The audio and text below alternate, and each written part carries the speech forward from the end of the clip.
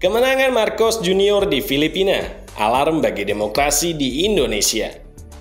Marcos menancapkan kembali kekuasaannya sebagai presiden. Ferdinand Marcos Junior adalah anak dari mendiang diktator Filipina yaitu Ferdinand Marcos, memastikan kemenangannya di pemilu presiden Filipina. Bagi Indonesia, hasil pemilu presiden Filipina ini adalah merupakan alarm. Politik Filipina dan Indonesia tentunya memiliki banyak kemiripan. Dalam hal Filipina, kultur masyarakat yang berbasis klan juga menyuburkan primordialitas. Meski di Indonesia tak sepenuhnya mirip, terkait tentang konteks ini, ada gelagat yang tetap perlu diantisipasi pula. Oligarki di Indonesia juga merupakan persoalan yang tak bisa dinafikan seperti halnya di Filipina. Orde Baru dengan Soeharto sebagai patron juga tak pernah benar-benar bakal bisa dihapus dari Indonesia. Apakah Indonesia akan menjadi the next Filipina?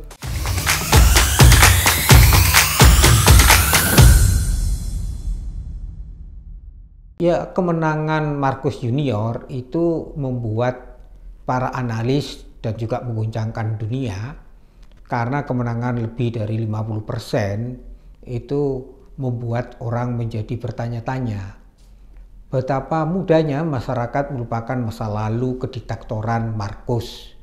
Dan Marcos terkenal juga sebagai presiden yang korup, tapi juga menciptakan banyak korban kekerasan, tetapi begitu mudah masa lalu itu dilupakan oleh rakyat Filipina.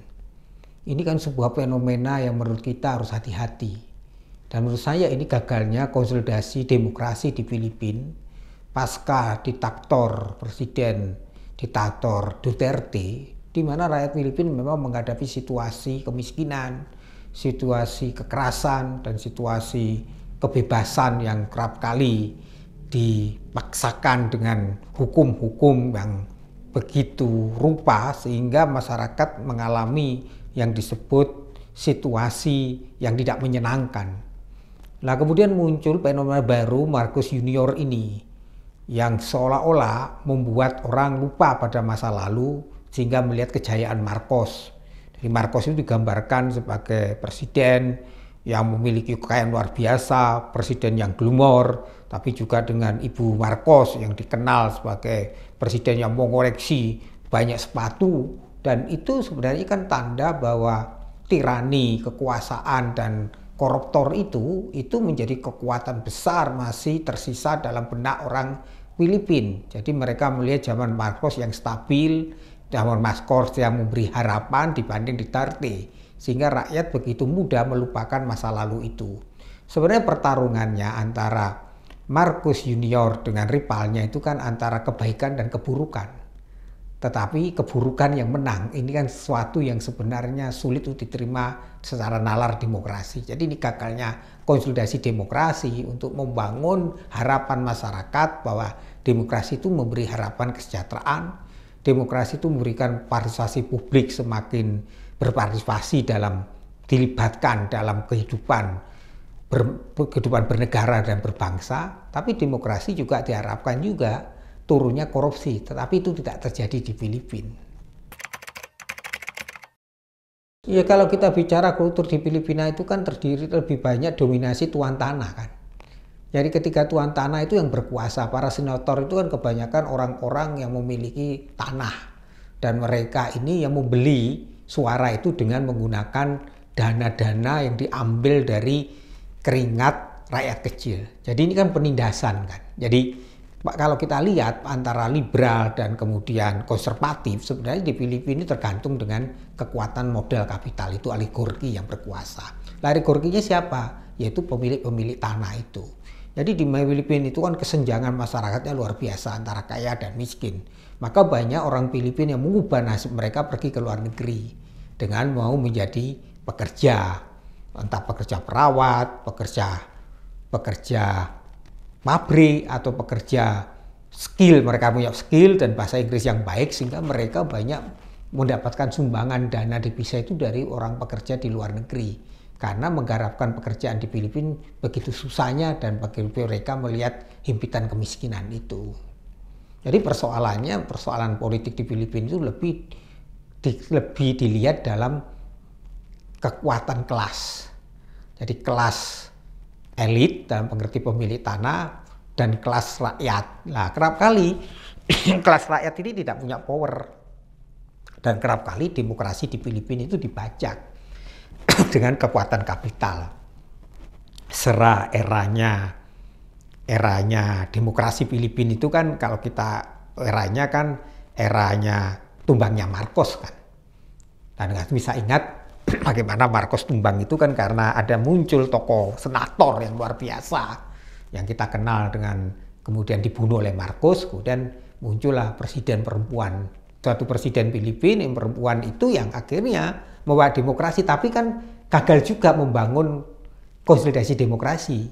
Kepemimpinan Corazon Aquino juga tidak memberi harapan pada masyarakatnya, sehingga muncullah presiden baru yang diktator model-model yang saat ini. Jadi kita menghadapi memang situasi yang tidak mudah. Jadi belajar dari Filipina, kalau kita tidak hati-hati, ya kita bisa juga akan bangkitnya Orde Baru lagi.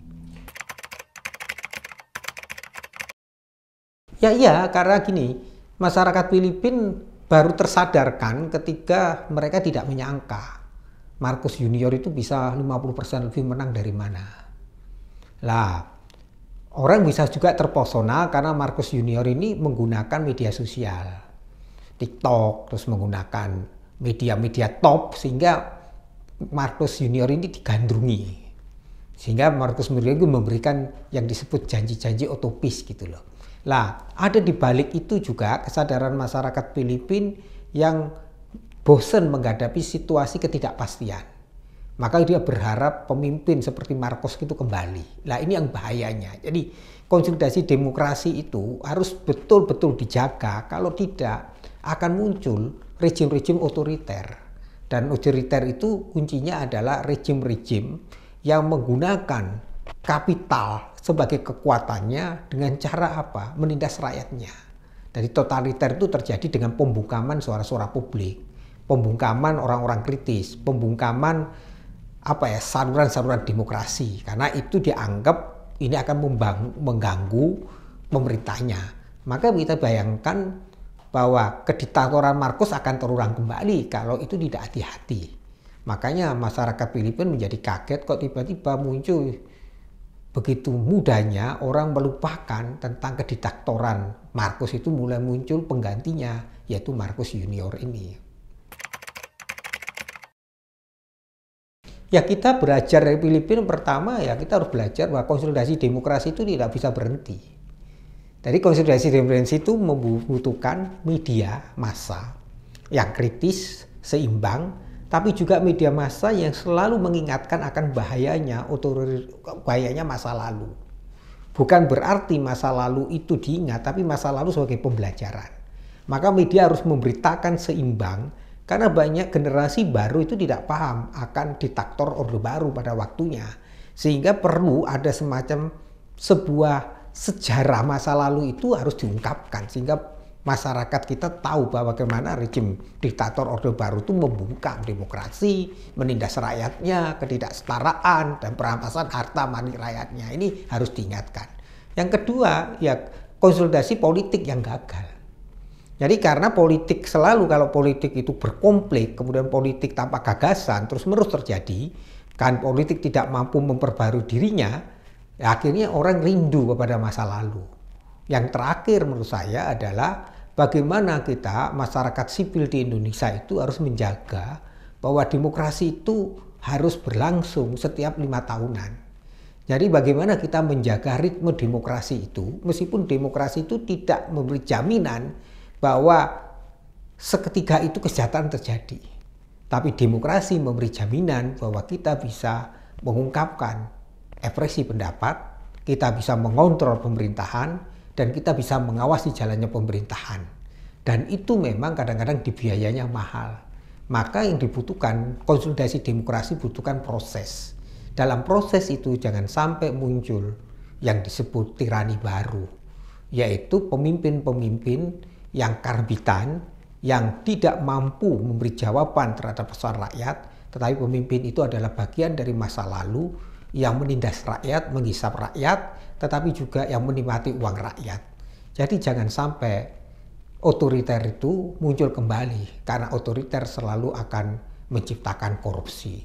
Sehingga ini pembelajaran bagi Indonesia bahwa kita harus membangun konsolidasi masyarakat sipil, yaitu kekuatan masyarakat sipil, komunitas, kekuatan media, dan kekuatan juga mau tidak mau yaitu komunitas bisnis.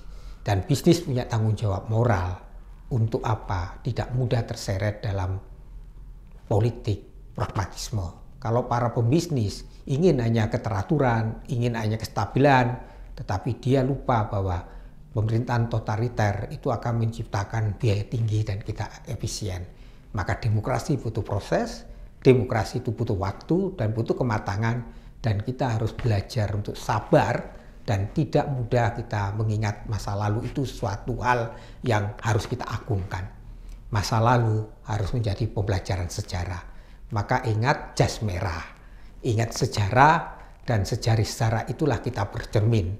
Kegagalan Filipina adalah menurut saya melupakan sejarah masa lalunya, dan mereka ingin kembali pada zaman keemasan Marcos yang dikira Marcos memberikan kedamaian, ketentraman, kesejahteraan. Tetapi sebenarnya Marcos itu menimbulkan banyak problem, yaitu penghinaan martabat manusia dan pelanggaran hak asasi, tetapi juga membuat penderitaan rakyat Filipina semakin miskin. Karena apa? Dalam pemerintahan Marcos tidak ada transparansi, karena uang rakyat adalah uangnya. Maka disitulah kita belajar dari Filipina, belajar untuk berdemokrasi dengan mau menjalani proses demokrasi dan tidak mengulangi lagi seperti zaman Marcos akan kembali lagi.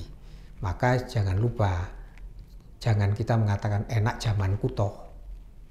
Bukan, zamanku tidak enak karena zamanku penuh dengan penindasan, zamanku penuh dengan ketidakbebasan orang berekspresi, zamanku penuh dengan penculikan. Maka memori kita jangan pendek, tetapi memori kita harus panjang karena kita harus mengawal yang disebut demokrasi.